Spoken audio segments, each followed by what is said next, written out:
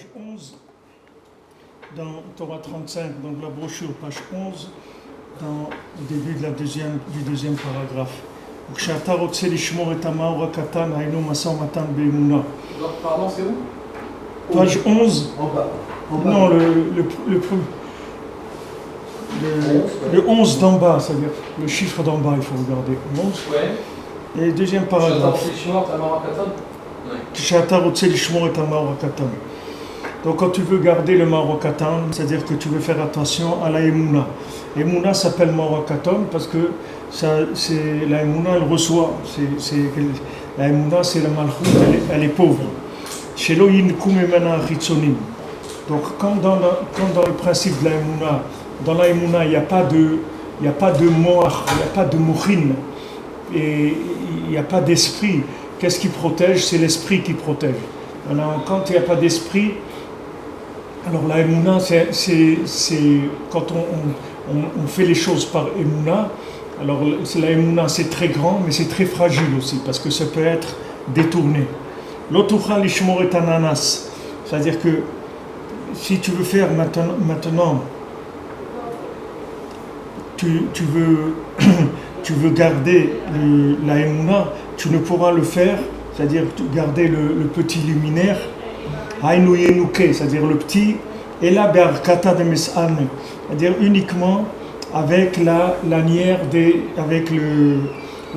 chaussures, avec le lacet de chaussures. C'est-à-dire les lanières des tfilin.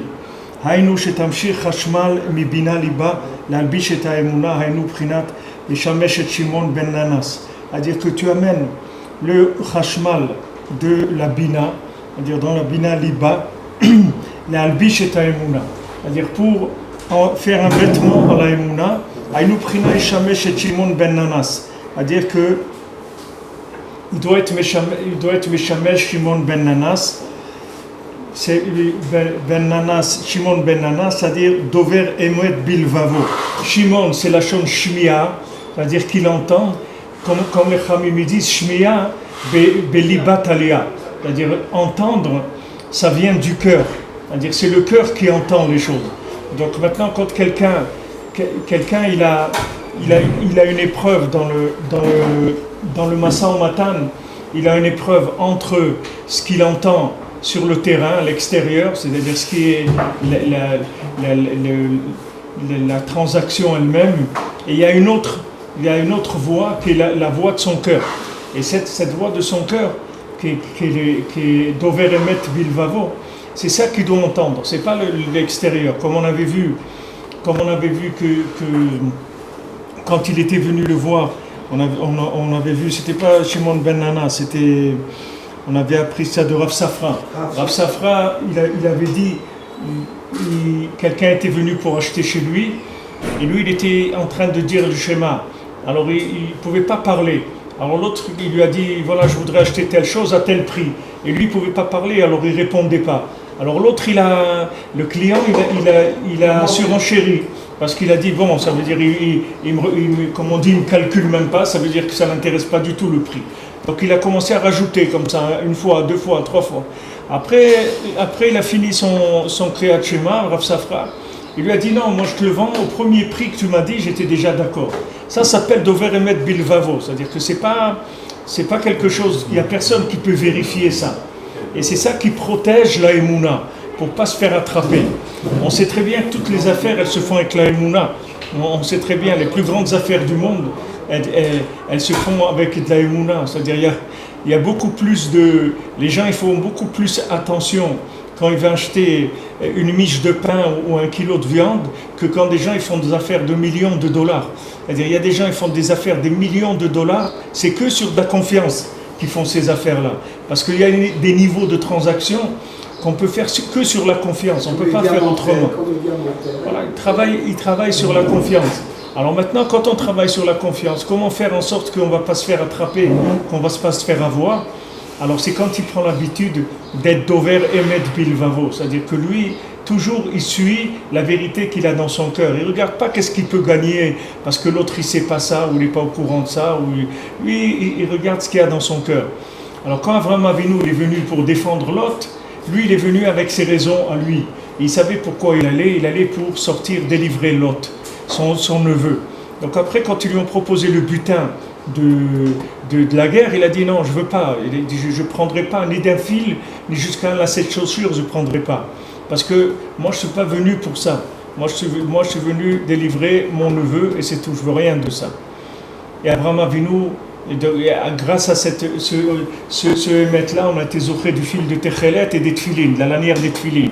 Tellement c'est des choses élevées, c'est-à-dire ce sont des choses élevées que quand quelqu'un il fait attention à la vérité qu'il a dans son cœur, comment ça va le protéger, que quand il va falloir faire des choix qui sont aveugles, qui sont des choix que de Emouna, parce que la personne ne sait pas du tout, il y a combien de choses dans la vie qui sont des choses primordiales, avec qui on va se marier, avec qui on va travailler, dans quel quartier on va habiter, quelle maison on va choisir, dans quelle école on va mettre nos enfants, avec qui on va étudier, avec qui on va prier. Tout ça, c'est des choix qui sont des choix très très importants dans la vie. C'est ça qui définit toute la vie de la personne.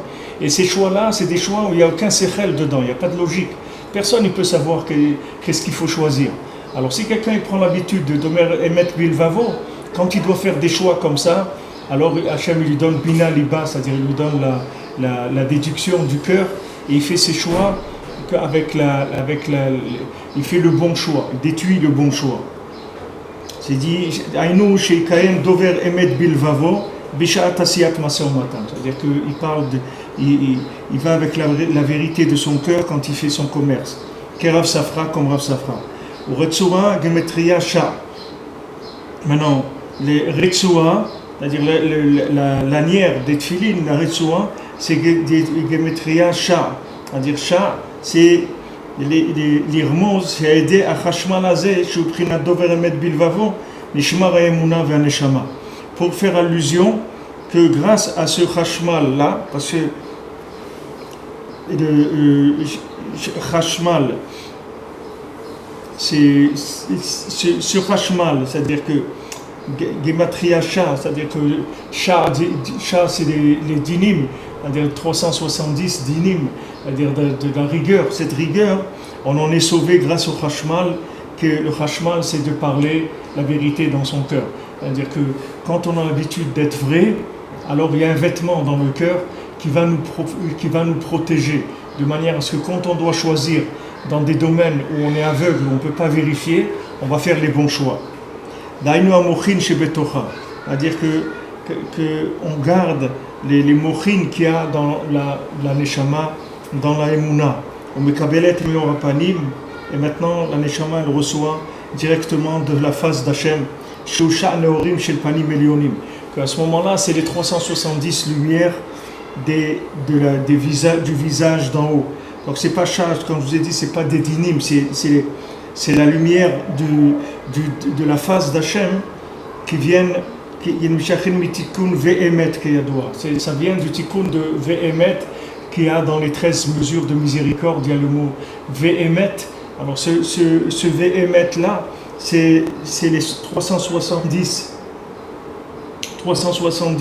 lumières qui viennent du visage d'Hachem, la face d'Hachem.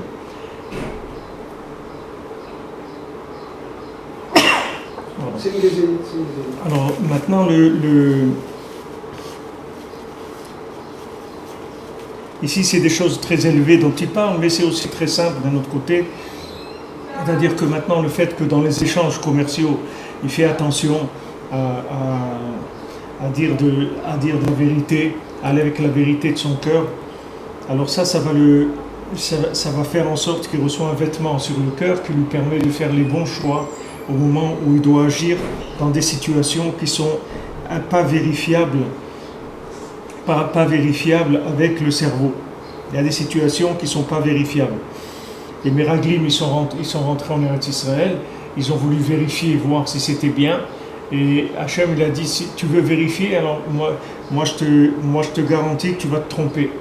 Parce qu'il y a des choses, Eretz Israël est tlouya dans la Emouna, il n'y a personne qui peut vérifier si c'est bien ou si c'est pas bien. Il n'y a rien à vérifier, Hachem, il a dit c'est bien, donc c'est bien, c'est tout.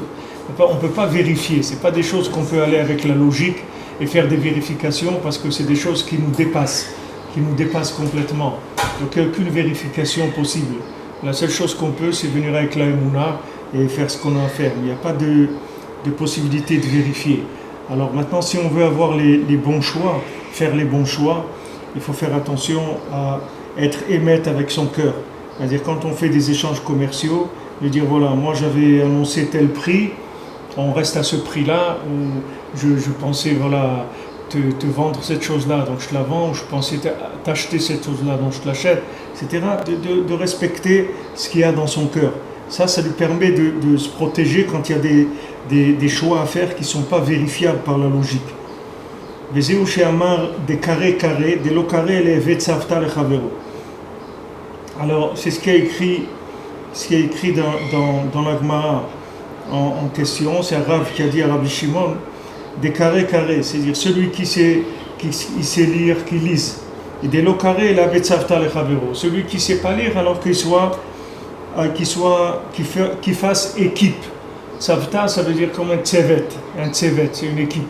Tzavta, la chavero, c'est-à-dire qu'il fasse équipe avec son prochain, qui a d'abord caché. Parce qu'il y a une question. Ha tenach mishu barurayan vosek de masomatan bemuna azaya masomatan utova etzlo. Maintenant, celui qui est quelqu'un bar orayan, ça veut dire quelqu'un qui connaît la Torah, qui sait trancher la halacha, et que lui il fait du commerce avec la emuna. Alors c'est sûr que son masomatan c'est un bien pour lui. Parce que lui se repose quand il fait du commerce, son esprit se repose et se renouvelle. Mais celui qui n'est pas quelqu'un qui sait étudier la Torah, en quoi il va être gagnant quand il fait Masa Matan Bemuna? Parce qu'on a dit que le Masa Matan c'est un moment où la personne, son esprit, il va se renouveler dans la Emuna, c'est-à-dire sa neshama, elle va recevoir de l'énergie de Torah d'en haut au moment où elle rentre dans le commerce, c'est-à-dire elle va s'alimenter des mondes supérieurs. Mais quelqu'un qui ne sait pas étudier la Torah, à quoi ça sert que tu vas lui donner des possibilités de compréhension plus élevées? Lui, il ne sait pas étudier. Qu'est-ce qu'il va faire avec ça? Alors ça, c'est la question que Rabbeinu demande.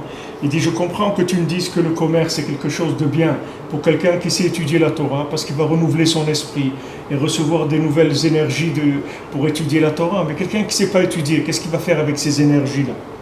Alors Rabbeinu répond à cette question.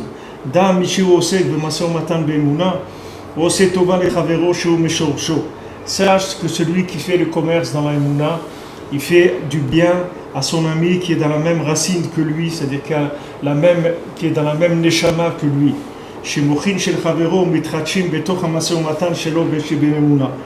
Que l'esprit de son travers, que lui sait étudier la Torah, il se renouvelle quand lui fait Masé au Matan dans la Emouna. Vezeu des carrés carrés. C'est-à-dire des carrés carrés, c'est-à-dire celui qui sait lire, qui lise. C'est-à-dire ça, c'est Bar Orayan, c'est-à-dire celui qui sait étudier. Alors c'est bien, parce que son sechel à lui s'est renouvelé dans la Emouna. Et il aura un esprit renouvelé pour étudier et pour s'attacher à Hachem. Maintenant, celui qui ne sait pas lire, c'est-à-dire qui ne sait pas étudier, alors lui, il n'a qu'à se faire équipe avec son ami. Donc ça veut dire qu'il va faire une tova à son ami qui a la même racine de neshama que lui. Quand maintenant il y a 600 000 neshamot, oui, dans le Ham Israël. Maintenant, Baruch Hashem, le Ham Israël, il est beaucoup plus que 600 000. Ça veut dire que c'est obligé qu'il y ait des groupes. Combien il y a de juifs dans le monde? 10 millions, 15 millions, 20 millions? 12, 15, entre 12 et 15. Entre 15, disons 15 millions, disons 18 millions pour que ça fasse un chiffre rond. 18 millions, ça fait 30 fois 600 000. D'accord? Ça veut dire que maintenant, minimum, une neshama, elle est pour 30 personnes. Minimum. Ça peut être beaucoup plus. Parce que ce n'est pas toutes les neshamot qui sont là. Il y a des neshamot qui sont plus dans ce monde. Il y a des neshamot qui sont venues, elles ont fait ce qu'elles avaient à faire, elles ont terminé, elles ne reviennent plus dans ce monde. Donc ici, tous les gens qu'on est dans le monde, c'est possible que tous on peut être 500 000, mais on peut être aussi 50 000 neshamot. c'est pas obligé qu'on soit nombreux au point de vue Neshama. Alors ça a un avantage, c'est que il y a de l'intercommunication, c'est-à-dire que comme on est tous dans la même Neshama, ça veut dire tout celui qui bouge, et il fait bouger tous les gens qui sont de la même Neshama que lui, puisque tous ils sont attachés dans cette origine-là. Donc quand quelqu'un il fait quelque chose de bien, alors tous ces gens-là ils reçoivent un éveil de ça, ils reçoivent de ça, ils ressentent quelque chose. Et bien sûr le contraire aussi, s'il fait des choses pas bien, ça les influence aussi. Mais on ne sait pas combien d'âmes on est. On ne sait pas. Maximum, c'est 600 000. Mais c'est sûr qu'on n'est pas 600 000, parce qu'il y a beaucoup de Neshamot que Baruch Hashem, elles ont fini leur réparation, elles n'ont rien à faire ici. Donc c'est possible qu'on soit à la moitié ou le quart, on ne sait pas, on n'a pas de choses là-dessus. Mais ce qu'il faut savoir en tout cas, c'est qu'on est un groupe de la même racine, comme un arbre. On est comme un arbre, c'est-à-dire qu'on est des branches d'un arbre. Tout celui qui bouge quelque part, il influence tout l'arbre, tous les gens qui sont de la même racine. Donc quand quelqu'un, même s'il ne sait pas étudier la Torah, le fait que maintenant, lui, il fait Masa ou Matan Be'emouna, alors il va donner un renouvellement à celui qui sait étudier la Torah, qui est dans la même racine d'âme que lui. C'est-à-dire il va permettre à un autre de recevoir de l'énergie pour pouvoir amener des chidushim de Torah, des choses.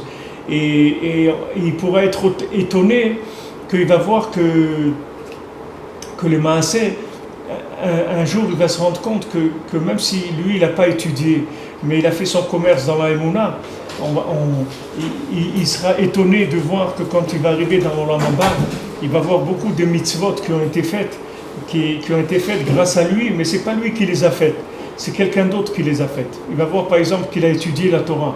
Pourquoi maintenant on fait Issachar et Zevulun? Qu'est-ce que c'est Issachar et Zevulun? C'est ce principe-là, Issachar et Zevulun. Seulement dans Issachar et Zevulun, les gens ils parlent que du côté extérieur de la chose. Ils ne parlent pas du côté intérieur de la chose. C'est-à-dire les gens ils disent Zevulun, c'est celui qui va faire du commerce et qui donne de l'argent à Issachar, que Issachar il étudie la Torah. D'accord? Mais les gens, ils pensent que c'est parce que Zevulun il donne de l'argent, alors Issachar il peut manger, il peut payer son loyer, il peut faire ce qu'il a à faire, etc. Et donc il a une participation à la vie de Issachar avec la tzedaka qu'il lui donne. Mais les Maaseh, c'est pas à ce niveau-là que la chose elle se passe. C'est un niveau beaucoup plus élevé, c'est-à-dire que maintenant, c'est pour ça que ça sert à rien que quelqu'un, si c'est un zevulun, c'est-à-dire si c'est un commerçant, mais c'est un commerçant qui gagne son argent de façon pas honnête, ça sert à rien qu'il donne l'argent à une yeshiva ou quelque chose, parce que ça va pas les aider du tout. Parce que cet argent, il est vide, il n'y a rien dedans. Il n'y a pas d'énergie dedans.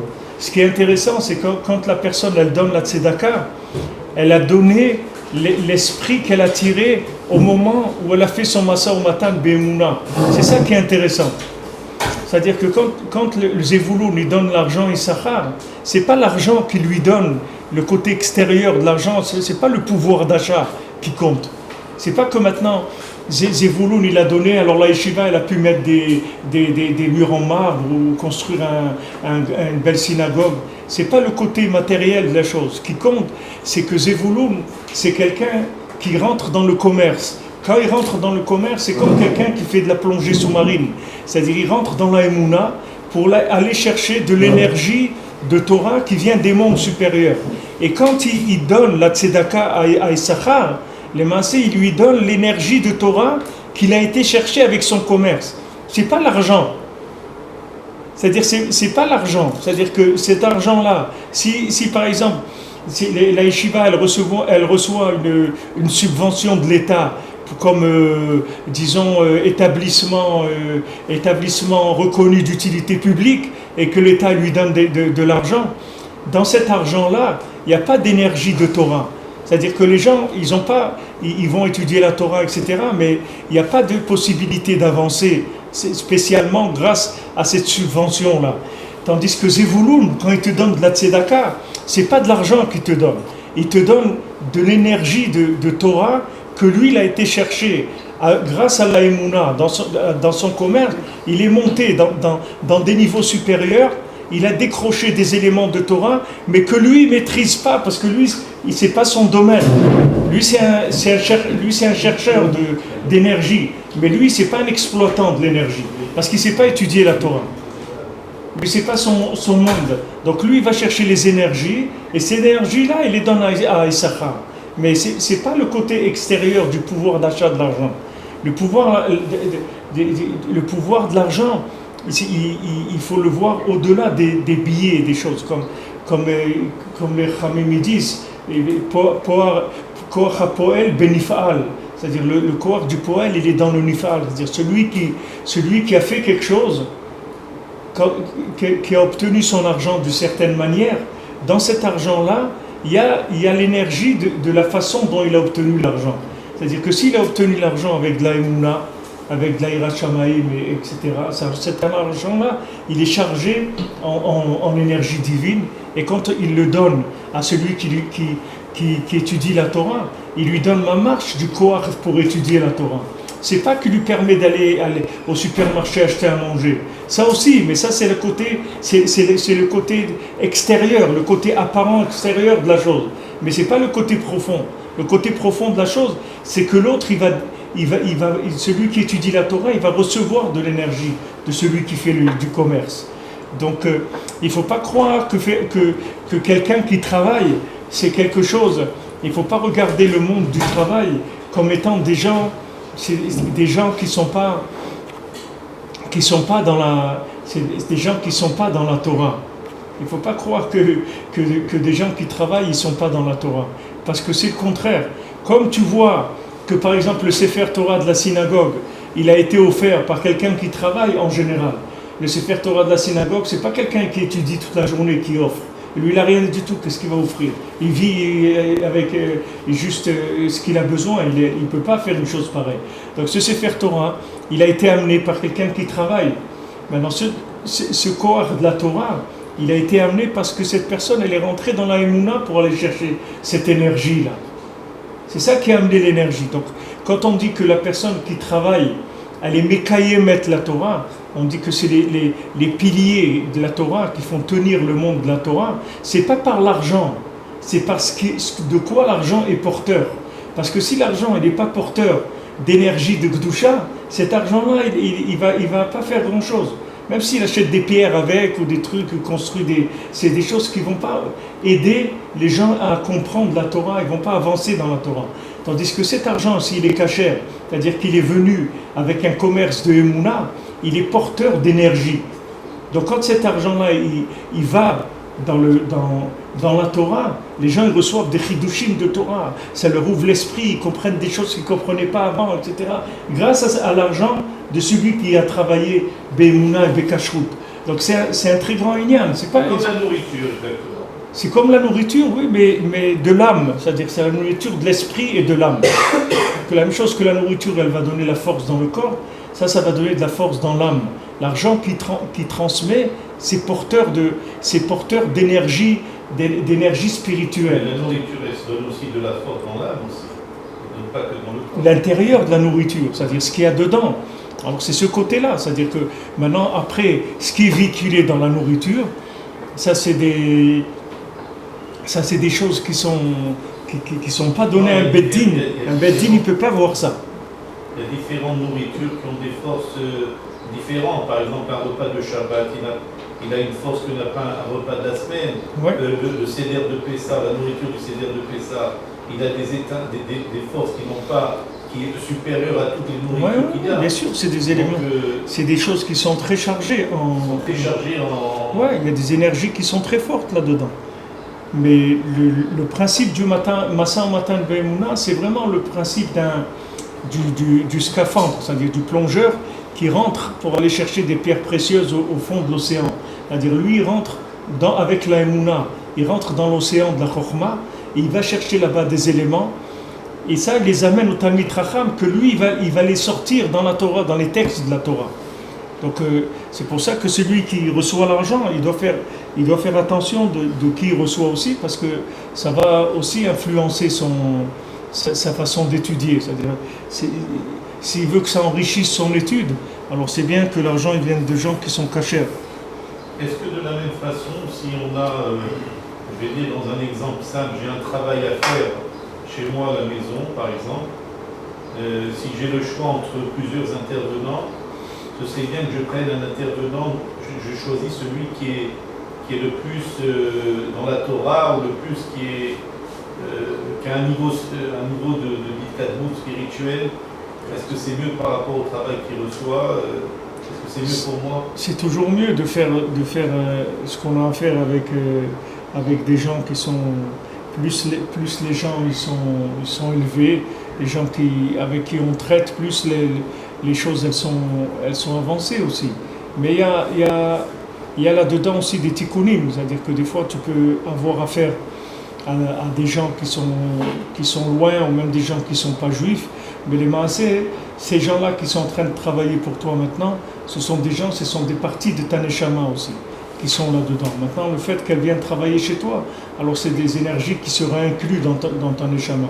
Tous les meshartim, tous les gens qui travaillent pour quelqu'un, c'est des parties de sa neshama. Tous les gens qui travaillent pour toi. C'est des algorithmes. Ouais. Du moment où tu l'emploies, tous les éléments du monde, c'est comme ça. Ce que tu manges, c'est pareil. Quand il vient une pomme sur ta table, cette pomme-là, c'est une partie de ta neshama. C'est pour ça qu'elle vient chez toi. Pourquoi quand tu es dans l'étalage, c'est ça que tu as pris, c'est pas une autre. Mais elle est arrivée chez toi, celle-là, elle a un rapport avec ta neshama. Et après, comme ça, c'est dans le végétal, dans le minéral, dans l'animal et dans l'humain. C'est-à-dire tous ces éléments-là, ils viennent vers toi parce qu'il y a des échanges qui vont se faire à ce moment-là. C'est-à-dire c'est des parts de la même chose que ton âme, elle est dans ton corps. Et ton corps, il te sert pour que ton âme, elle puisse faire ce que tu as à faire. Ton corps, il va te servir. Tu vas te préparer à manger, ou tu vas aller à la synagogue, ou tu vas te déplacer là. Ton corps, il sert ton âme. Alors la même chose, le corps de quelqu'un d'autre et son âme à quelqu'un d'autre, il peut être inclus dans ta neshama à toi. C'est comme un dédoublement de toi-même, si tu veux. C'est une partie de toi-même qui vit à l'extérieur.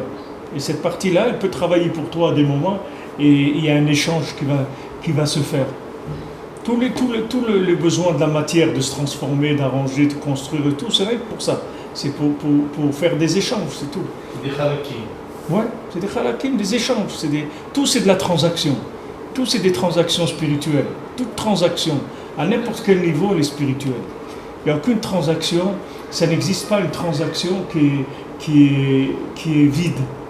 Il n'y a pas, dans transaction, il y a toujours un échange qui se fait. C'est-à-dire que tu rassembles les éléments manquants de ta neshama qui t'amènent à la réparation de ton tafri dans ce monde. Non, c'est-à-dire que ça va te donner ton pouvoir.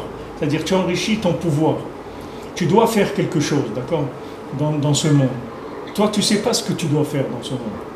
Maintenant, il va venir, du moment où tu atterris dans ce monde, tu vas commencer à récupérer des éléments qui vont te donner du pouvoir. C'est comme quand tu es un enfant de 4 ou 5 ans, tu n'as pas de moyens, tu n'as pas de pouvoir. Maintenant, en grandissant, ton pouvoir, il va grandir. Et quand tu vas atteindre le summum de ton pouvoir, ça veut dire que tu as récupéré tous les éléments que tu as besoin pour faire ce que tu as à faire maintenant. Et maintenant, tu vas commencer à faire ce que tu as à faire vraiment. Avant, c'était une préparation. Et on va chez le tzaddik pour trouver les éléments manquants alors. Ouais, tous les éléments, le tzaddik qui t'amène chez toi tous les éléments que tu as besoin pour faire ce que tu as à faire. Pas pour Oman, quelqu'un qui va au Oman, il va chercher les éléments manquants. Il va chercher des éléments, des pièces qui lui manquent dans son puzzle pour pouvoir faire ce qu'il a à faire. Et tant que quelqu'un maintenant il n'a pas récupéré ces éléments, alors il lui manque du pouvoir. Donc il est en train de vivre une vie qui est une vie de stand-by, si tu veux. C'est pas sa vie. Non, mais il n'est pas au meilleur de sa forme. Non, il n'est pas plein de son rendement. Il n'est pas à sa place. C'est un moteur de 12 volts qui tourne au ralenti. Quoi. Voilà, il est en attente de recevoir des pièces de sa machine pour qu'elle puisse produire. Pour l'instant, il lui manque des pièces. Il est là, il prend des halakim, il ramasse des pièces à chaque fois. Il monte sa chose. Et quand elle est terminée, elle va commencer à produire. Donc quelqu'un qui va au mal, quand il va revenir, il va être plus fort. Il va pouvoir avancer dans sa mission. Ouais, il va pouvoir être plus fort, plus précis, ou plus c'est-à-dire il avance son point de. C'est pour ça que c'est important au Man Rosh Hashanah, parce que si quelqu'un ne va pas au Man Rosh Hashanah, c'est difficile de savoir qu'est-ce qu'on va faire dans l'année. C'est-à-dire, si tu n'as pas reçu les énergies qu'il faut, les choses pour faire ton année, tu sais pas, toi tu sais pas ce que tu fais. Toi tu vis, c'est tout, mais tu n'as aucune idée de ce que tu dois faire dans ce monde. Tu sais pas, tu es dirigé, c'est tout. Tu viens là, tu rencontres telle personne, tu fais tel commerce, tu fais telle chose, tu habites là, tu manges ça, tu fais... Mais tu ne sais pas exactement tout ça, ou qu'est-ce que tu dois faire avec tout ça, ou c'est pour t'amener où, qu'est-ce que tu dois faire. Tu ne sais pas. Toi, tu fais simplement, c'est tout. Mais tu ne sais pas quelle chose. Et quelqu'un qui... Quand tu as affaire à un tzaddik, il y a des choses qui sont... que toi, tu ignores. Toi, tu t'ignores parce que tu n'as même pas le milliardième des parts de neshama qui sont un neshama. C'est-à-dire tu les as pas, tu n'as pas entre tes mains. C'est comme si quelqu'un il est multimilliardaire, mais il n'a pas l'accès à son compte en banque. C'est-à-dire il reçoit, on lui donne une petite somme comme ça tous les mois, mais l'argent lui-même, il ne peut pas le toucher. C'est-à-dire il n'a pas accès là-bas. Et le tzaddik, il te donne les codes d'accès, il te donne l'accès à ta richesse spirituelle, de manière à ce que tu puisses faire ce que tu as à faire dans ce monde. Rabbeinu, une fois, il y avait quelqu'un qui n'avait pas d'enfant. Alors il est venu voir Rabbeinu, et alors Rabbeinu il a dit, regarde, il lui a fait une bracha, et il lui a dit, regarde, tu vas avoir un fils. Et ce fils-là, alors je crois que la maman elle s'appelait Fega. Alors il lui a dit, ce fils-là, tu vas l'appeler Nachman. Et il va s'appeler Nachman ben Fega comme moi. Et la même chose que moi, je suis un chidouche, c'est-à-dire je suis quelque chose d'exceptionnel dans le monde. Lui aussi, ça sera quelque chose d'exceptionnel dans le monde. Mais il y a une condition, il y a une seule chose, tu dois faire attention, c'est que jamais la maman, elle doit l'allaiter quand elle a ses règles. Jamais. Si tu fais ça, alors ça sera un enfant qui sera un chidouche. Comme moi, je suis un chidouche dans mon inyan, lui, ça sera un chidouche dans son inyan. Comme ça, Rabbeinu l'a dit. Maintenant, je ne sais pas ce qu'il y a eu, etc. Elle n'a pas pu, la maman, tenir cette chose-là. Alors après, quand le père il est venu, alors Rabbeinu lui a dit, c'est bien et tout, mais un chidouche, ça ne sera plus. C'est terminé. C'est-à-dire que... Non, il est niftar, l'enfant. Non, ça c'est une autre histoire. Ah, je sais qu'elle a fait encore un autre enfant. Non, ça c'est une autre. Ce que tu dis là, c'est une autre histoire. Le mariage de Myriam, non? Ça c'est une autre. Ce que tu dis, c'est une autre histoire. Mais celle-là, c'est comme ça. C'est que Rabbeinu, il lui a dit, c'est bien, c'est-à-dire il va vivre, ton fils et tout, il n'y a pas de problème, mais un chidouche, il ne sera plus. Tu vois que les maasés, dans ce monde, la vie de quelqu'un, la réussite, entre guillemets, je ne parle pas de la réussite de ce qu'ils appellent le journal Forbes, la réussite, je parle de la réussite de quelqu'un qui est arrivé à s'asseoir sur sa chaise, c'est-à-dire quelqu'un qui a pris son pouvoir dans ce monde, qu'on lui a donné tous les éléments pour le pouvoir de faire ce qu'il a à faire. Ça dépend de milliers de choses. Donc vraiment, d'aller chez le tzaddik à Rosh Hashanah, c'est pas quelque chose de tellement... C'est juste des gens qui sont prudents, quoi, qui disent, écoute, moi, dans mon année, je sais pas sur quoi, c'est comme des gens qui font du tir au pigeon, je sais pas, ça, ils savent pas que je tire, je sais pas, moi, je sais rien. Moi, je travaille, moi, je sais, je suis marié, dans ta chambre, j'ai des enfants, je mange, je fais ça, mais moi, je sais pas ce que je fais ici. Donc, j'ai vraiment besoin de quelqu'un qui s'occupe de moi. J'ai besoin d'un tuteur, j'ai besoin de quelqu'un qui me donne mes éléments pour me mettre à ma place. Le fils du roi, le fils de la servante, il est torturé. Il dit, mais attends, je suis un fils de roi, un fils de servante. Je suis comme ci, je suis comme... Mais lui, c'est un roi. Lui, c'est un roi béhémet. Mais il est torturé dans son truc. Parce qu'on ne lui a pas donné les éléments qu'il faut. Maintenant, tu vois, tout ce qui passe dans sa vie, il est juste en train de glaner les éléments qu'il faut pour se construire.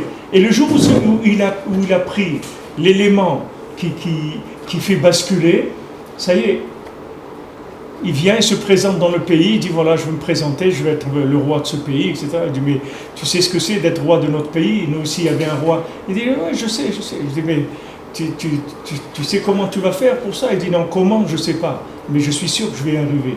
Comment? Je sais pas, parce que je sais même pas ce qu'il y a à faire. Donc je peux pas te dire comment je vais faire. Mais c'est pas important comment. Mais ce que je peux te dire, c'est que maintenant, je suis sûr que je vais y arriver. D'où elle vient cette certitude-là?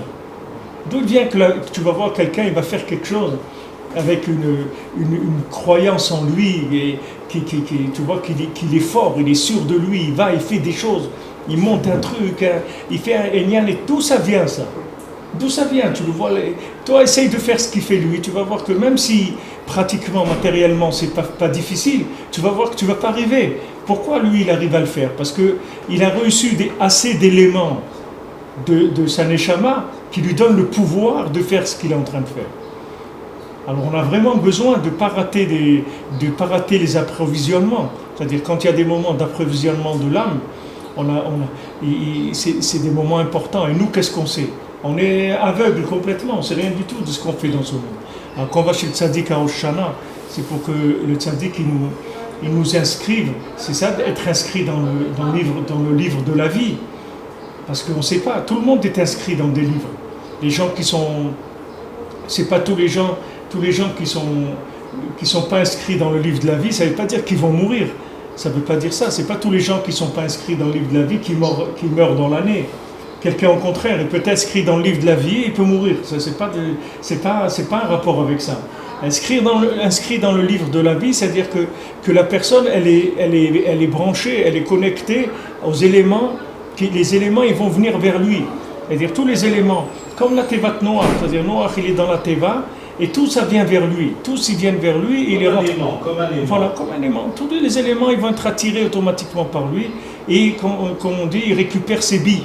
C'est-à-dire une fois qu'il a récupéré ses billes, ça y est, il commence à vivre. C'est d'ailleurs pour ça que c'est une ségoula pour une femme de porter un aimant sur elle pour tomber enceinte. Ouais, donc ça attire les éléments. Ouais, ça tient le bébé, c'est-à-dire ça tient le fœtus, le oubar, ça le tient. C'est une ségoula pour tenir le oubar, de porter un aimant. Et nous, Bémet, on sait ni qui on est, ni ce qu'on fait ici. On sait pas. On est complètement aveugle. Parce que tu as des gens qui naissent dans des familles. Bon, il y a des fois que c'est père et fils, c'est-à-dire quand tu vois quincaillerie, père et fils. Alors ils font le même métier. Mais il y a des gens qui naissent dans des familles qui n'ont rien à voir avec ce qui se passe dans cette famille. C'est-à-dire il ne va pas sortir du tout comme les gens de sa famille. Si tu prends par exemple le Chafetz Chaim, c'était le 15e enfant d'une famille et la mère, elle voulait plus avoir d'enfants. C'est trop difficile pour elle. Elle avait déjà 14. Alors je crois qu'elle avait demandé à un rave, tout, elle lui a dit si tu as encore un enfant, tu verras, ça sera un grand tzaddik. Alors quand la mère elle a fait Messirut Nefesh, elle a fait des efforts pour avoir ce 15e enfant, alors elle a eu le Chafetz Chaim, qui pourtant tous les 14 frères et sœurs qu'il avait, tu n'entends pas parler d'eux, tu ne sais même pas qui c'est.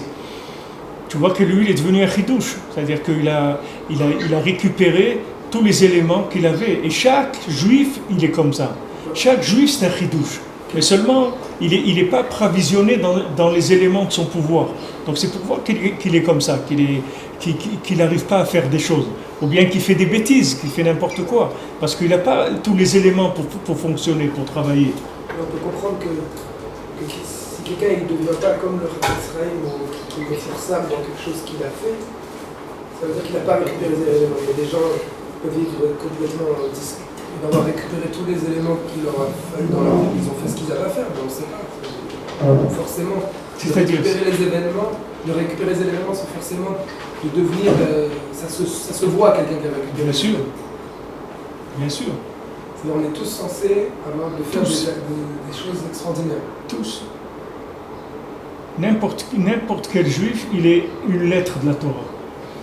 Et quand tu vois quelqu'un que dans sa vie, il a un pouvoir sur, comme dans la Torah, il y a les princes de 1000, ou les princes de 100, ou les princes de 50, c'est par rapport aux éléments qu'il a récupérés dans sa Avodat Hashem, c'est tout.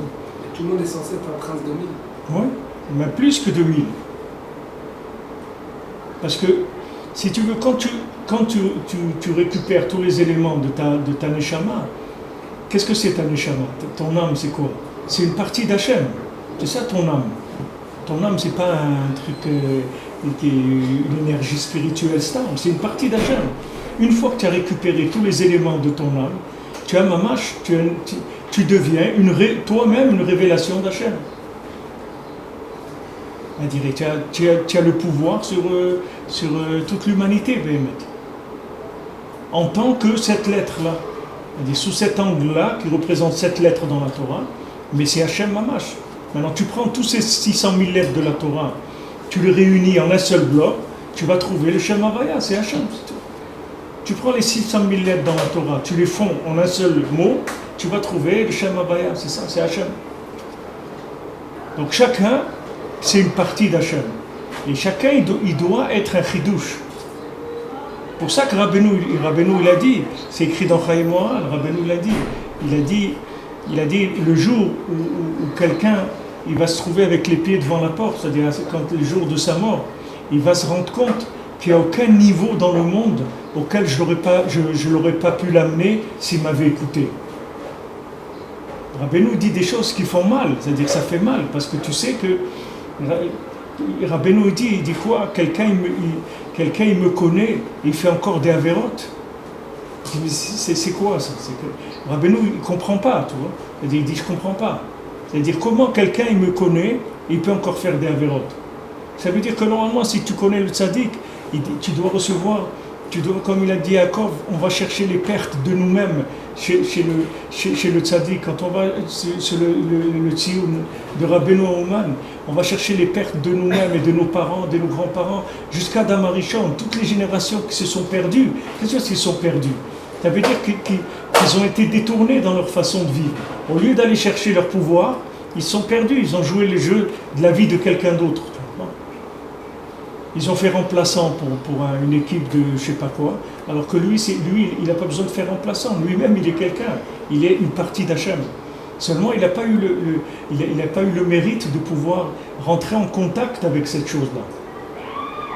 Pourquoi maintenant, toi, tu fais tchouva, tu viens vers la Torah? Tu vois bien que tu as affaire à des gens de ta famille que tu aimes et que tu voudrais tellement qu'ils connaissent la Torah.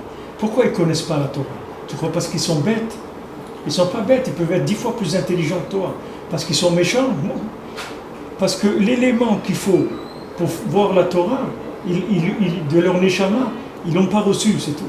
Donc ils ne voient pas. C'est comme si tu prends, tu prends une bassine, tu mets dedans 50 litres d'eau, d'accord? Maintenant, cette bassine, tu commences à mettre de la teinture rouge. Alors maintenant, quand tu mets une goutte, tu regardes, l'eau, ça ne se voit pas. Tu mets 2 gouttes, ça ne se voit pas. Au bout d'1 litre, tu vois que ça commence à changer. Au bout de 2 litres, l'eau, elle a changé de couleur complètement. Ben, la neshama, c'est la même chose. La neshama, elle reçoit un élément, un deuxième, un troisième, les yeux, ils s'ouvrent. Et la personne, elle dit, ça y est, je veux faire tchouva. Il dit, mais qu'est-ce qui t'a pris? Je ne sais pas. Mais ça y est, maintenant, je fais tchouva. Je fais tchouva, je ne veux plus. Pourquoi? Parce que il y a un élément qui a fait basculer. Il y a un élément qui s'est ajouté comme une balance. Il y a un élément, tu as 2 choses, 2 poids sur une balance, tu ajoutes, à un moment, il y en a un qui monte, un qui descend. Et maintenant, la plupart des gens qui sont passés dans ce monde, ils se sont fait arnaquer. La plupart des gens, ils se sont fait arnaquer dans leur vie. La plupart, ils ont vécu une vie de rien par rapport à ce qu'ils auraient pu faire dans leur vie. Mais ça ne vient pas du tout ça vient pas d'un autre élément, ça ne vient pas ni de l'intelligence, ni de la volonté, et tout ça, c'est des paroles de rien du tout, ça ne vient pas de ça du tout. Ça vient qu'à un moment, tu as reçu un élément qui a fait basculer ta vie, c'est tout. Et quand tu as basculé, ça y est, tu deviens quelqu'un d'autre. Mais sache que tu vois cette bascule que tu as eue dans ta vie pour passer d'un monde extérieur, étranger à la Torah, cette bascule-là, le tzaddik, il peut le faire avec toi tous les jours. Tu peux changer tous les jours. Et lui, Rabbeinu, il changeait chaque seconde comme ça. C'est pas une fois tous les 30 ans. Chaque jour, tu peux changer. Mais le Rebbe, lui, c'était chaque seconde. Chaque fois qu'il respirait, il devenait quelqu'un d'autre. C'est pour ça qu'on lui disait, qu'est-ce que tu as dit hier? Il dit, je ne sais pas de quoi tu parles, qu'est-ce que c'est hier? Hier, entre ce que le Rebbe savait hier et aujourd'hui, c'est comme 1000 ans de la vie de quelqu'un. C'est des distances énormes. Alors nous, le problème qu'il y a, c'est que quand on découvre un peu de richesse spirituelle, les massés, on est tellement contents et tout, qu'on s'installe, tu vois. On dit, Baruch Hashem, j'ai ça. Mais tu sais pas ce qui t'attend. Tu sais pas ce qui t'attend. Une fois j'avais été collecter des fonds à Paris, et j'avais été chez un monsieur à la Vachalom, il m'avait donné une somme importante. Alors après, j'ai rencontré un Rosh Yeshiva d'ici, il est rentré chez lui aussi, et il lui a donné une somme, mais la somme qu'il lui a donnée, c'était pas 1% de ce qu'il m'a donné à moi. Mais j'ai vu le Rosh Yeshiva, quand il est sorti, il est venu me voir, il était content. Il me dit, regarde ce qu'il m'a donné et tout, Baruch Hashem, c'est extraordinaire. Alors moi, je ne pouvais pas lui dire. J'ai dit, tu sais pas, lui, qu'est-ce qu'il peut te donner, toi maintenant, par rapport, tu viens d'Israël et tout, un billet comme ça, un Pascal ou deux, pour lui, c'était une grosse somme. Mais il ne savait pas que cette personne, elle pouvait lui donner 1000 fois ça. Tu vois. Mais c'est pas. Maintenant, nous, c'est la même chose. Nous, on reçoit quelque chose. On a ça, Baruch Hashem, on a ça. Alors, bien sûr, quand tu as commencé à basculer par rapport au rôle de l'humanité, c'est sûr que c'est déjà énorme. Mais c'est rien par rapport à ce que là où tu dois arriver. Rabbeinu a dit même à ses élèves, des élèves qui étaient des grands tzadikim, c'était pas des balais de chouva, des gens qui ont un safek, s'ils vont aller voir un film, ils n'ont pas des vidéos cachères chez eux, ou des trucs, c'est des tzadikim, des grands tzadikim de la génération, où Rabbeinu il leur a dit, c'est pas que vous êtes pas bien, il dit, vous êtes des gens cachers et tout, mais c'est pas ça que je voulais faire de vous. Je voulais faire de vous des chidushim qu'on n'y a jamais eu dans l'Olam.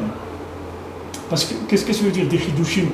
C'est-à-dire que nous, à peine on reçoit, on a reçu juste une partie de notre âme pour nous faire basculer dans le bien, c'est-à-dire au moins dans la conscience du bien, dans le choix du bien, on se contente de ça déjà. Parce que c'est vrai que par rapport à ce qu'il y a dans le monde, c'est merveilleux. Mais Rabbeinu, il veut pas, c'est pas ça que Rabbeinu veut. Rabbeinu, ce qu'il veut, c'est que chaque jour, tu fais tchouva. Rabbeinu, la Torah va, il te dit, fais tchouva sur la tchouva. Fais tchouva sur la tchouva, tu vois ta tchouva, fais tchouva dessus, sur la tchouva, pas sur les avérotes. Sur la tchouva, il faut que tu fasses tchouva. Ça veut dire que je dois faire tchouva sur ma tchouva, mais la tchouva c'est bien, oui c'est bien, mais il y a mieux. Il faut se connecter alors, il faut se connecter. Il faut tous les jours, il faut faire les conseils du tzaddik. Quelqu'un qui n'est pas au courant, comment il se connecte? Ça veut dire quelqu'un n'est pas au courant. Quelqu'un il n'est pas au courant. Il met la prise et il va être au courant. Il n'est pas au courant, du moins, il n'est pas au courant du tzaddik. Mais c'est des niveaux de recherche, Yaakov. Mais moi je te dis, la solution elle existe. C'est Nanach, Nachman, Newman, et je t'explique. Ça connecte. Oui, ça connecte, parce que quand le bonhomme il est éloigné de tout, et qu'il se trouve derrière un camion, où il y a un grand panneau, c'est marqué Nanach, Nachman, Newman, quand il va prononcer ce nom-là, il va prononcer le nom du tzaddik, il va se connecter avec le tzaddik. Et à partir de ce moment-là, ça va se... Comme le tzaddik il ne vient pas chez toi, il faut que toi tu ailles chez lui. Alors comment tu règles ce problème-là? En prononçant le nom du tzaddik, tu te connectes avec lui. Et là, ça commence. Tout commence, tout se met en travail. Oui, c'est possible. C'est possible que ça marche. Je ne dis pas le contraire. Mais je veux dire, le principe, c'est d'être le point de départ. C'est-à-dire parce que même si tu dis quelque chose, même si tu dis le nom du tzaddik, quand tu le dis, le nom du tzaddik, il faut qu'il y ait une conscience de quelque chose. Parce que si tu n'es pas conscient des choses, qu'est-ce qui fait le rapprochement à la chose? C'est la conscience de la personne. C'est-à-dire que maintenant, il y a un élément pour toi qui doit venir maintenant. Cet élément-là, c'est un déblocage par rapport à là où tu te trouves maintenant. Comme tu prends un bébé il va prendre d'abord du lait de sa maman, après du lait du commerce, après il va commencer à prendre des compotes et des trucs, après il va commencer à manger, il va lui pousser des dents, et il va commencer à manger normalement, et de la viande et tout, et après il peut manger tous les marchalim. Donc maintenant, spirituellement, c'est la même chose, il y a un point de départ. Ce point de départ, là, c'est que dans la personne, il faut qu'elle aille glaner un élément, que cet élément-là, il va la faire rentrer dans un processus. Mais quand elle glane cet élément, il faut être conscient. Parce que si tu n'es pas conscient, tu ne peux pas avoir un rapport avec l'élément. Je te donne un exemple. Tu prends par exemple, il y avait des goïms, il y avait sur le kever de Rabbeinu, jusqu'à il y a 20-25 ans qu'ils ont acheté les trucs, il y avait deux familles goïs qui habitaient là-bas. À gauche, il y avait Yacoub, ce vieux-là qui venait d'Allemagne, et de l'autre, il y avait la vieille qui habitait là-bas. Maintenant, est-ce que tu crois que ces gens-là, ils ont été sur le Tzion de Rabbeinu dans leur vie? Voilà, ils ont vécu toute leur vie sur le Tzion de Rabbeinu. Tu crois que ces gens-là, ils ont été sur le Tzion de Rabbeinu? Tu peux dire que ces gens-là, ils vont arriver, après leur mort, ils ont pu dire, mais moi j'étais sur la tombe de Rabbi Nachman. Il ne peut pas dire ça, parce qu'il ne sait pas ce que c'est. Tu comprends? Oui, mais il a été placé, il a un srout. Il a pas Un srout de quoi? De rien du tout. Placé à côté. Placé là-bas, que Rabbeinu soit là, il n'a pas de mérite. C'est comme tu dis, quelqu'un, il a le srout d'écouter de la musique, le seul problème qu'il a, c'est qu'il est sourd. Mais il écoute de la musique toute la journée, mais il est sourd. Oui, il écoute de la musique. J'étais chez les Tosfot là-bas, après avoir été chez Rachi. On est arrivé avec un fermier. Quand il nous parlait, on a compris qu'il avait un srout, que les Tosfot étaient enterrés à côté de son... Parce qu'il avait une conscience de quelque chose. Il a eu cette conscience. Il a réussi, il sent que ça réussit. Tu vois, ces gens-là qui étaient sur le Tzion de Rabbeinu, ils étaient conscients de rien du tout. Pour eux, quand ils nous voyaient venir, c'était fou. Des fous qui viennent là, c'est tout. Mais Bichlal, ils n'imaginaient pas de quoi il s'agissait. Pourquoi? Parce que le contact avec le début de la chose, il n'avait pas. Tu comprends? S'il n'y a pas de date, il n'y a rien. Il faut qu'il y ait un minimum de date dans la personne. À partir de ce point de date, tu enclenches le départ. Tu comprends? Maintenant, si quelqu'un dit le nom de Rabbeinu, en étant conscient que c'est un grand tzaddik, et que son nom, de dire son nom, c'est un mérite, et ça réveille le mérite du tzaddik, et avec ça, il peut me sauver, il n'y a pas de problème. Tu comprends? Mais si quelqu'un il dit ça, il chante ça, comme s'il chantait n'importe quoi, tu comprends?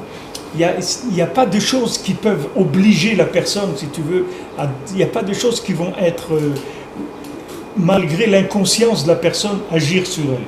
Tout le but, si tu veux, la grandeur de l'homme, c'est le développement de la conscience, du date. Mais le dire déjà, c'est une preuve qu'il y a une petite prise de conscience. Sinon, on ne le dirait pas. Ça dépend comment tu le dis. C'est-à-dire, ça dépend comment tu dis ça. Avec quoi comment tu dis cette chose-là. C'est-à-dire, qu'est-ce que tu es en train de dire, tu comprends? Il y a des gens, ils chantent des chansons, ils disent des paroles, des trucs, mais il n'y a pas il y a rien dedans. C'est-à-dire, il n'y a pas de contact avec la chose. Mais c'est sûr que dès qu'il y a un début de conscience, à ce moment, la personne elle commence à rentrer dans un cycle de progression, tu vois. C'est-à-dire, elle commence à s'enrichir spirituellement. Et à un moment, quand elle a récupéré déjà quelques éléments, déjà sa vie, elle va changer complètement. Alors, on explique la Kenya du Baal Shem Tov. La Kenya qui était distribuée et que finalement les rabbinim se sont dit que c'est quelque chose, c'est une sorcellerie, jusqu'à qu'un des rabbinim, il a ouvert la Kenya, il a vu marqué Israël Baal Shem Tov. Donc cette Kenya qu'il a, comment on appelle Kenya en français, amulette. Cette amulette-là, elle avait son pouvoir alors qu'il peut-être que les gens qui l'apprenaient ne le savaient même pas. Elle a un pouvoir par le nom du tzaddik. C'est pas parce que c'est le nom du tzaddik, c'est parce que c'est le Baal Shem Tov. Tu comprends? C'est le Baal Shem Tov.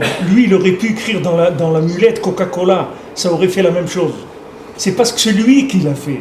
C'est pas parce qu'il a écrit son nom à lui, c'est parce que c'est lui qui le fait. Qui est-ce qui le fait? C'est ça qui compte. C'est pas la chose elle-même, tu comprends? C'est parce qu'elle a été faite par le tzaddik. C'est ça qui donne la force à la chose de le faire. C'est quand le tzaddik il dit quelque chose, c'est parce que c'est lui qui le dit. C'est pas quelqu'un d'autre qui peut dire la même chose. Je vous ai dit, je l'ai vu, Ben Hashamaim, dans la paracha, dans cette paracha de la semaine. Si quelqu'un il a le... Non, c'est vrai, Mechila, je rajoute ça parce que c'est vrai que j'ai vu un tzaddik, une personne est partie le voir parce qu'elle n'avait pas d'enfant. Il lui a dit, qu'est-ce que je dois faire, monsieur le rabbin? Il a dit, manger des pois chiches. Bon, elle est partie, elle est tombée enceinte. En réalité, c'est pas parce qu'elle a mangé des pois chiches. Comme tu dis, c'est parce que c'est lui qui lui a dit. Oui, c'est dans le Zipurim Asiot, il y a un tzaddik quand il y avait le roi qui n'avait pas d'enfant. Il a fait une xéra sur les juifs que si jamais il ne prie pas pour qu'il ait un enfant, il va leur faire des problèmes. Donc ils ont été voir un tzaddik. Le tzaddik il a dit bon, le roi il est venu chez lui, il a dit bon, Bezat Hashem, tu auras un enfant. Alors il a eu un enfant. Et après il a eu une fille. Après il voulait avoir un garçon. Alors quand le fils en pierre précieuse, après il voulait un garçon. Donc ils ont été chercher le tzaddik il était mort.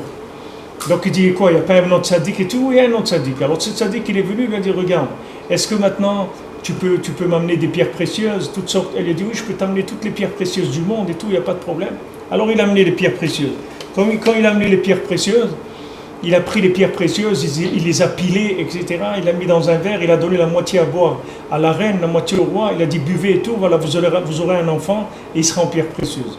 Mais c'est écrit, c'est-à-dire qu'il y a des méfarchim qui ont dit que maintenant, pourquoi lui il a fait ça?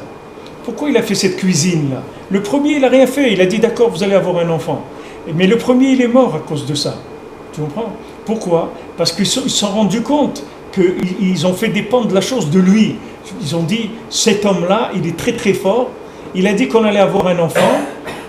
On a eu. Et le deuxième, il ne voulait pas mourir. Il ne voulait pas être connu en tant que lui. Donc il a fait comme s'il faisait quelque chose. Donc les gens, ils sont restés accrochés sur la chose elle-même, tu vois. Ils ont dit, ouais, on a été voir quelqu'un de fort, il connaît des choses, et il nous a fait ça, il a mélangé ça. Eux, ils sont accrochés sur la mise en scène qu'il a fait. Donc ça l'a caché à lui, tu vois. Ça l'a protégé, il n'est pas mort. Il n'est pas mort de ça. Tandis que le premier, il leur a dit direct, comme ça, il dit, allez-y, vous allez avoir un enfant, il est mort. Parce que eux, il s'est révélé, si tu veux, en disant ça. Mais quand quelqu'un il fait de la cuisine, alors les gens, ils restent avec la recette de cuisine, tu vois. Ça cache le tzaddik. Tu comprends ce que je veux dire? C'est-à-dire que Rabbi Nathan, il ne faisait pas les ségoulottes de Rabbeinu. Toutes les ségoulottes de Sefer Hamidot, Rabbi Nathan, il ne les faisait pas. Pourquoi Rabbi Nathan, il ne les faisait pas? Parce que Rabbi Nathan, il n'avait pas besoin de... Il n'était pas avec Rabbeinu dans un rapport de ségoula. Il y a des gens qui viennent et disent, regarde, ouais, il y a un grand tzaddik qui s'appelle Rabbi Nachman et tout, il a dit des ségoulottes. Tu vois, tu fais ça, tu fais ça, tu fais ça. Alors les gens, ils s'accrochent sur le médicament du tzaddik, mais pas sur le tzaddik lui-même. Mais Rabbi Nathan, les médicaments de Rabbeinu, ça ne l'intéressait pas. Lui, ce qu'il voulait, c'est le Rebbe lui-même. Ce n'est pas les médicaments. Tu comprends? Les médicaments du tzaddik, pour lui, c'était rien par rapport à ce que ça représentait le tzaddik lui-même. C'est-à-dire, en étant attaché au tzaddik lui-même, tous ces médicaments, toutes ces ségoulottes, tout ça, tu les reçois, c'est automatique. Tu n'as même pas besoin de passer par la ségoula, parce que toute ta vie, c'est une ségoula. Tout, c'est une ségoula, du moment où tu es attaché à mon cher Rabbeinu. Tu comprends? Tu comprends ce que je veux dire? Mais si tu parles du bas, on va dire le bas du peuple, d'accord, qui n'a pas le mérite ni d'étudier, ni de faire quoi que ce soit, eh bien pour le peuple en lui-même, la ségoula, elle est quand même très importante. On a dit la ségoula, elle est très importante. Elle le branche.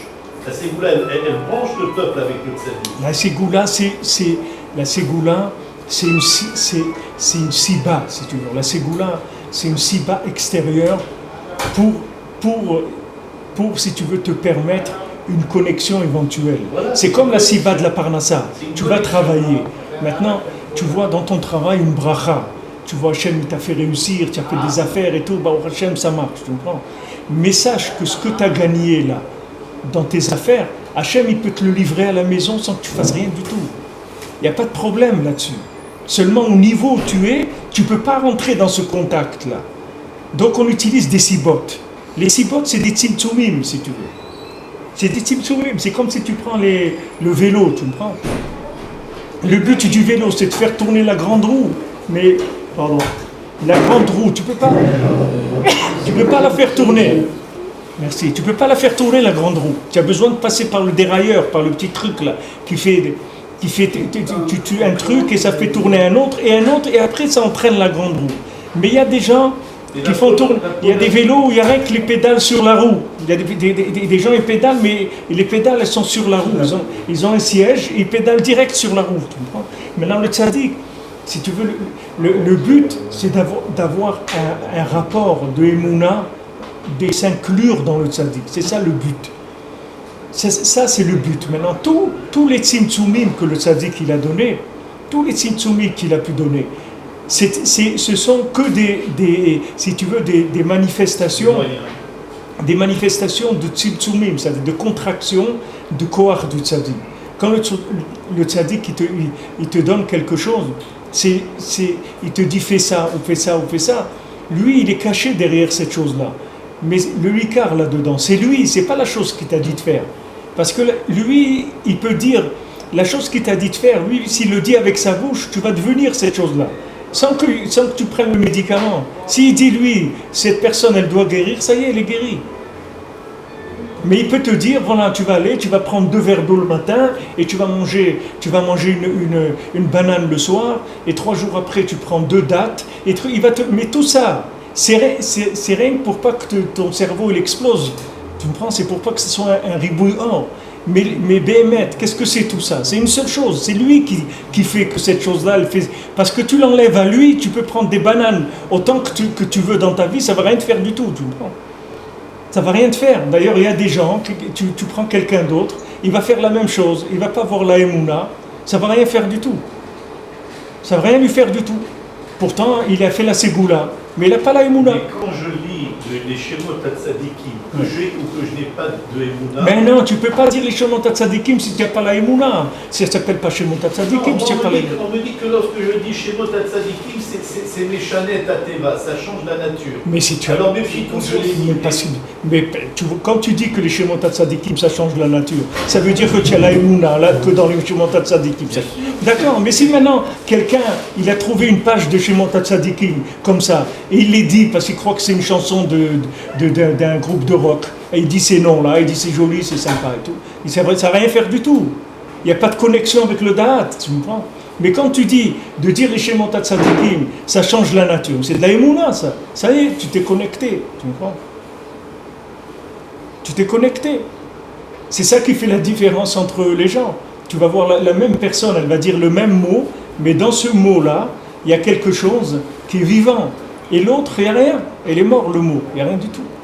Et pourtant, c'est le même mot. Je vous ai dit, tu prends quelqu'un qui est un apikoros, il écrit des tfilines avec le Shem Hashem et tout, tu peux les jeter à la poubelle. Pourtant, c'est écrit, si tu vois ce qui est écrit, il y a écrit Yutke Vavke. Tu prends les tfilines, les parachiotes des tfilines, si c'est un apikoros qui les a écrits, tu peux les prendre, tu les mets dans la poubelle, les brûler. Pourtant, c'est écrit Yutke Vavke. Non, c'est pas Yutke. Mais oui, je vois les lettres, mais c'est rien. Parce que comme c'est un apikoros, quand il écrit, il n'est pas connecté, donc il n'a rien écrit. Et d'un autre côté, tu prends un sofer qui est un tzaddik, tu vas voir un Sefer Torah, lui, 2 siècles après, le Sefer Torah, il ne s'est pas abîmé. Comment ça se fait? Alors, qu'est-ce qu'il a étudié? De l'encre magique? Donc tu dis, c'est parce que le tzaddik a dit. C'est parce que ça vient du tzaddik et que tu es conscient de ça. Tu es conscient de ça. Comme un chef de l'arc. De quoi? De l'arc? C'est quelqu'un qui tirait toujours au milieu de la cible. Il tirait toutes ses flèches au milieu de la cible. Il y a quelqu'un qui partit voir, il dit comment tu fais pour tirer au milieu de la cible? Il dit c'est très simple. Je tire et après je fais les traits. Après je suis la cible, je trace la cible. C'est pareil, quand il dit une phrase, c'est une flèche. Et après Hachem il fait les ronds autour pour que ce soit pile boule au milieu. Ouais. C'est ça. C'est-à-dire que ça marche à l'envers. C'est ce qu'il dit, ce machal-là, c'est ce qu'il amène le Zohar. Il amène pas le Zohar, le Pri Haaretz. Pri Haaretz, c'est un sefer du Rav. Non, Pri Haaretz, c'est pas. Non, Pri Haaretz, c'est de Rav Menachem Mendel Vitebsk. Rav Menachem Mendel Vitebsk, il y a un sefer sur la paracha qui s'appelle Pri Haaretz. Et il ramène ce qu'il dit ici. C'est-à-dire la différence, c'est-à-dire cet exemple-là qu'il donne, c'est exactement, lui, comme il décrit les Nevi'im, tous les Nevi'im et Moshe Rabbeinu. Il dit les Nevi'im, ils disent Ko Amar Hashem. Ko Amar Hashem, ça veut dire, il trace un rond et il essaye de viser pour tomber au milieu. Voilà comment Hashem, ainsi a dit Hashem. C'est une vision large des choses et floue. Mais Moshe Rabbeinu dit Zé Adavar, tac, il plante, tu vois, il te dit voilà, c'est ça. C'est-à-dire, c'est ça. C'est-à-dire, il te met la flèche au centre du cercle. C'est-à-dire, il met la flèche et après il trace le cercle. Tu vois que par exemple, le Beddin, c'est écrit que quand le Beddin il décide que c'est Rosh Chodesh, même s'il s'est trompé, après tu lui amènes une preuve. Comment il faisait pour dire que c'est Rosh Chodesh? Il fallait qu'il voit la lune, d'accord? Alors tous les gens, quand ça arrivait le moment où ça commençait à être chayard de voir la lune, les gens ils regardaient. Dès qu'il y avait 2 témoins qui venaient, qui disaient au Beddin, on a vu, alors il les interrogeait pour voir si c'était des valables, ce qu'ils disaient, et après le Beddin disait Mekoudash, c'est-à-dire ça y est, c'est comme Mekoudéchet, quand il met la bague à la femme, Mekoudéchet, il a mis la bague, ça c'est pareil, il voit la lune, il dit Mekoudash, ça y est, le Rosh Chodesh il a commencé. Maintenant, il est arrivé des cas où il y avait d'autres gens qui sont venus après et qui ont dit non, c'est pas vrai. Nous, on l'a vu après. Et le Beth Din, il vérifie et il voit que les deuxièmes qui sont venus après, c'est eux qui ont raison, ça fait rien. Du moment où ils ont dit Mekoudash, Hachem il prend tout le système astral et il le tourne, il le met à ce qu'ils ont dit eux. Tu comprends? Donc c'est pas le système astral. Eux, les gens, ils croient que le système astral... Mais le système astral, c'est rien. Le tzaddik qui dit un mot, quelqu'un tout entier, il change. Comme il a dit Rabbeinu Rabbi Natal, il dit, tu crois parce que tu es malin, tu es intelligent, c'est parce que je veux, c'est tout. Je veux, j'ai décidé que c'est comme ça va être comme ça, c'est tout. Le système astral, il change. Pour ça que tous les Breslevers, si tu veux, que j'ai vu de la génération d'avant, il y avait beaucoup des grands Breslevers qui étaient très macpides, surtout les gens qui font les lignes de la main, tous ces trucs-là. Ils étaient contre ça. Parce qu'ils disaient, quand tu dis à quelqu'un ça, tu le bloques. Alors que ces lignes de la main, un quart d'heure après, elles peuvent changer. Qu'est-ce que tu le bloques en lui disant ça? Toi, tu es un homme dans ta vie, voilà ce que tu vas avoir. Qu'est-ce que tu sais de ce que je vais avoir? Tu sais ce que je vais avoir d'après le cliché que tu as pris maintenant, comme des analyses de sang. Si quelqu'un il garde les analyses de sang qu'il a fait à l'âge de 18 ans, maintenant il a 85 ans, tu me prends? Et c'est sûr qu'à 18 ans, ça marchait d'une autre façon son système. Mais il faut voir tous les jours où il est. Donc tu ne peux pas faire de la prédiction de l'avenir sur les gens, parce que son avenir il peut changer chaque seconde. Il suffit que maintenant un Ben Adam il fasse une mitzvah. Au moment où il faut la faire, il fait basculer tout son mazal. Il devient un autre Ben Adam.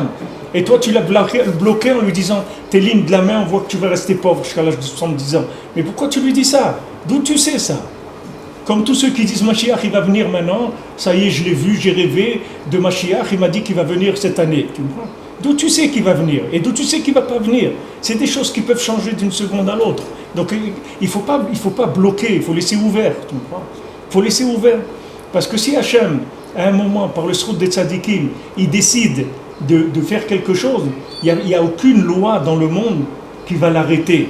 Même physiquement, le corps des gens, il change. Il change. C'est-à-dire que c'est écrit dans la halakha que si, par exemple, une petite fille elle a eu un problème dans les bétoulim avant l'âge de 3 ans, ça revient quand elle grandit. Mais si c'est après l'âge de 3 ans, non. Alors maintenant si les Chachamim, ils se sont trompés quand ils ont compté le Rosh Chodesh, c'est-à-dire qu'ils ont fait décaler d'un jour, et que cette petite fille maintenant qui a perdu les Betoulim, les Maaseh, elle a plus que 3 ans. Mais les faits que les Chachamim, ils ont dit que maintenant ce jour-là c'est le Rosh Chodesh, c'est écrit dans les Sfarim, même la physiologie, le corps lui-même il va changer.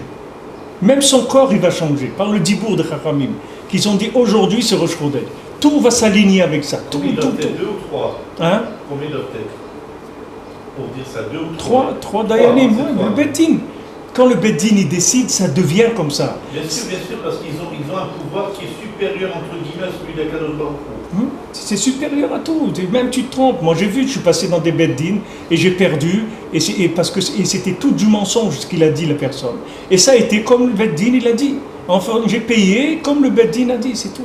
Parce qu'il n'y a pas qui se trompe. Il n'y a pas qui se trompe. Même s'ils se trompent dans la logique des choses, sauf ils ne se trompent pas. Parce que ce qu'ils ont dit, ça va être, c'est tout. Ah, pourquoi c'est passé comme ça? Ça, on verra dans l'autre monde. Mais en tout cas, quand un Beth Din il dit tu dois payer, il faut payer. Même si tu es sûr que tu as raison. Parce que quand c'est sorti de leur bouche, ça y est, c'est fini. Avec toutes les conséquences que ça a. Ça a des conséquences. Quand Beth Din il dit à quelqu'un de payer, il ne paye pas, ça a des conséquences. Donc il vaut mieux se soumettre et dire bon, il n'y a pas d'erreur. Comme il a dit, moi ça marche pour une conversion aussi. Pour tout, ça marche. Pour tout, c'est le Quand Beth Din. qui décide qu'une personne est convertie, Ça y est, c'est fini. C'est fini. Bien sûr, c'est fini. C'est ce qu'il a dit. C'est ce qu'il a dit. C'est le lien du cercle, tu comprends? C'est tzadikim aujourd'hui. Hein? Le Beth Din il est valable. Tous les Beth Din qui aujourd'hui sont valables. Bien sûr, c'est des noms cachers normaux. Bien sûr, c'est valable. À chaque fois, on dit, le mot tzadikim, c'est le tzadik qui. Mais c'est là où il y a 3 dayanim, la shrina elle est là-bas, c'est écrit. Et je te souhaite pas de rentrer dans un Beth Din, mais tu sais, quand tu rentres dans un Beth Din des mamonotes, même pour l'argent et tout, tu as peur, je peux te dire, ça fait peur. Hein. Tu sens un petit truc du Beth Din chez le Mahala, tu rigoles pas. Hein, même si tu es venu pour une petite affaire de rêve, c'est un endroit qui donne beaucoup de crainte, il y a beaucoup de crainte. Leur bénédiction, elle est mélafose. Hein. Maintenant, toi, tu viens avec le cercle, c'est-à-dire la vérité à toi, c'est ton cercle. Alors toi, tu crois qu'ils vont planter la flèche au milieu de ton cercle.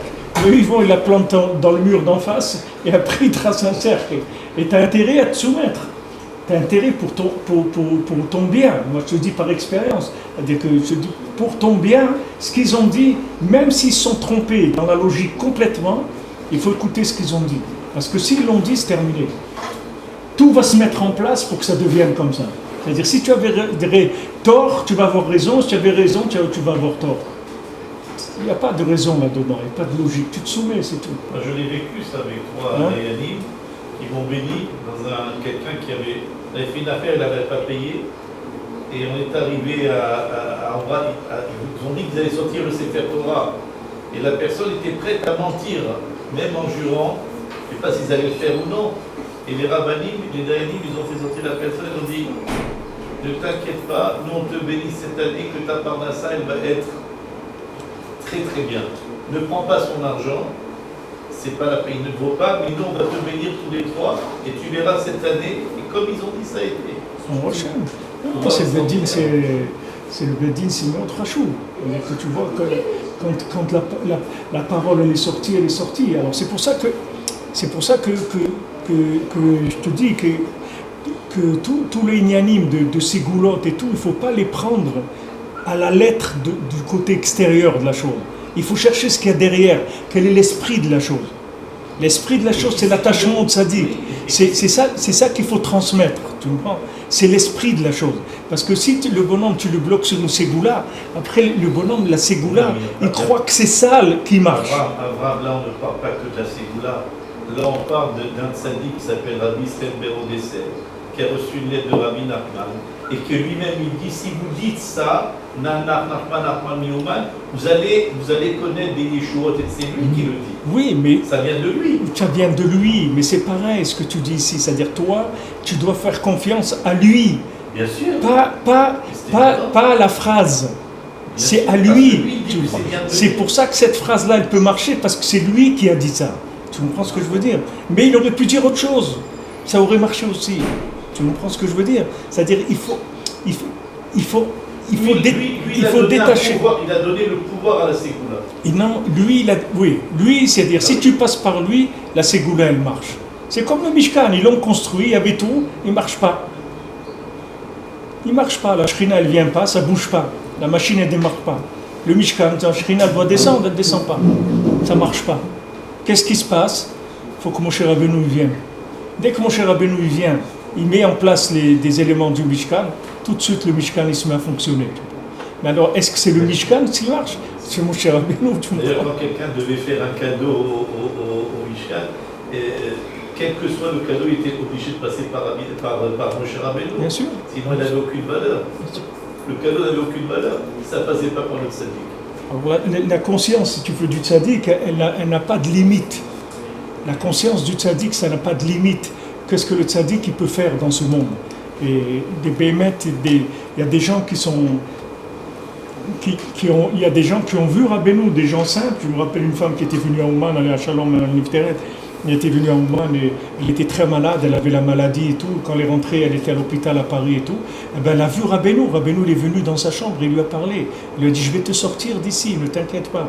Je vais te sortir d'ici. Elle a raconté, ils ont même fait un DVD sur ça. Après, la pauvre, elle a eu des trucs quelques temps après, mais elle s'est sortie. Elle est sortie de là. Mais elle a vu le Rebbe il vient, il peut parler à quelqu'un. Parce que ces gens-là, c'est des gens, ils n'ont pas de connaissances pour se faire attraper par le côté ségoulatique, tu comprends? Tu comprends ce que je veux dire? Quand un type il est un peu intelligent, alors le côté intellectuel, ça l'enferme en même temps. Tu comprends? Ça l'empêche de voir plus loin. Tandis que des gens qui savent rien, cette dame qui était venue, qui avait à Paris un appartement que son mari l'avait transformé en salle de jeu de cartes, et elle était venue à Ouman, et ça je l'ai entendu, je peux te dire, elle est venue avec son fils, elle était là, elle parlait devant Rabbeinu, tu vois comment elle lui parlait, c'était incroyable, elle dit, bon Nachman, il faut que tu m'arranges ça, parce que moi je peux pas, il n'est pas question que ma maison ça devienne une salle de jeu. Ah Nachman, moi je suis venu chez toi, comme ça elle parlait avec Rabbeinu, elle est rentrée à Paris, cet appartement-là c'est devenu le centre Breslev à Paris. Quelques mois après, ils l'ont loué, ils ont fait le centre Breslev là-bas. dans cet appartement qui était un truc de jeu de poker ou je sais pas quoi. Il n'y a pas de... Rabbeinu, c'est Emet, c'est la Tmimout, c'est tout, c'est le Emet. Tu vois quand quelqu'un il parle là-bas avec le Rebbe sur le tir, tu vois si quelqu'un il fait dans quel niveau, si tu veux, de simplicité, de croyance il est par rapport à la force du tzaddik. Si quelqu'un il le croit, ça y est, il n'y a rien, il est plus limité. C'est ce qu'il a fait avec son petit-fils, Rabbeinu, quand il était malade.